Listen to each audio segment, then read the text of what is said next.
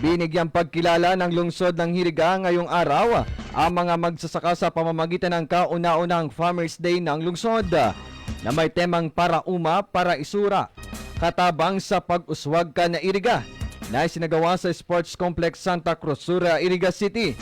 Tampok sa nasabing programa ay ang pagkilala sa magigiting na magsasaka ng lungsod sa kanilang kontribusyon sa pag-unlad sa sektor ng agrikultura. Dahil dito, marami ay mga ayuda ang lungsod ng Iriga na ibinibigay sa mga farmers upang makatulong sa kanilang pagtatanim.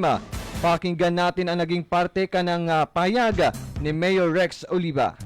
Sa mga farmers, and maswerte po ang Iriga City dahil from time to time may mga ayuda, pakulang sa formal ng fertilizers, mga pangtanom, mga bini, kundi pati na itong mga farm equipments, arog kang harvester, composter, shredder. Samantala, naroon din sa naturang programa ang City Vice Mayor Edsel Dimaiwat na nagbigay ng suporta at mensahe sa mga magsaka ng soda.